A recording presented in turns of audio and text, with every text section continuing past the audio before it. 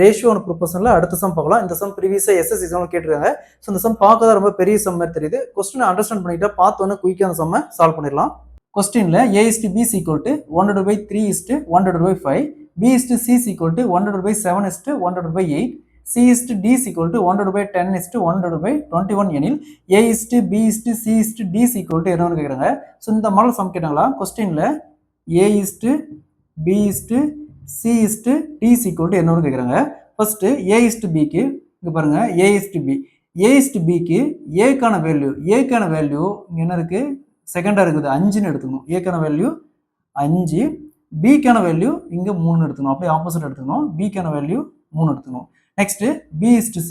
So இங்கே B/Cக்கான value பாருங்க, பிக்கான value 8ன்னு எடுத்துக்கணும். பிக்கான வேல்யூ 8, சிக்கான வேல்யூ 7ன்னு எடுத்துக்கணும். சிக்கான வேல்யூ 7. ஸோ அதேமாரி இங்கே C/D, சிக்கான வேல்யூ 21 எடுத்துக்கணும். சிக்கான வேல்யூ 21, டிக்கான வேல்யூ 10ன்னு எடுத்துக்கணும். டிக்கான வேல்யூ 10.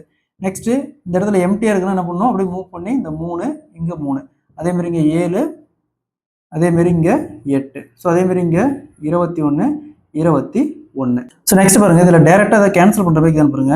21, 21, 21, 3 × 7 21. அப்படியே கேன்சல் ஆயிரும். வேற எதுவும் கேன்சல் பண்ணுற மாதிரி எதுவும் இல்லை. ஸோ அப்போ அப்படியே பெருக்குங்க.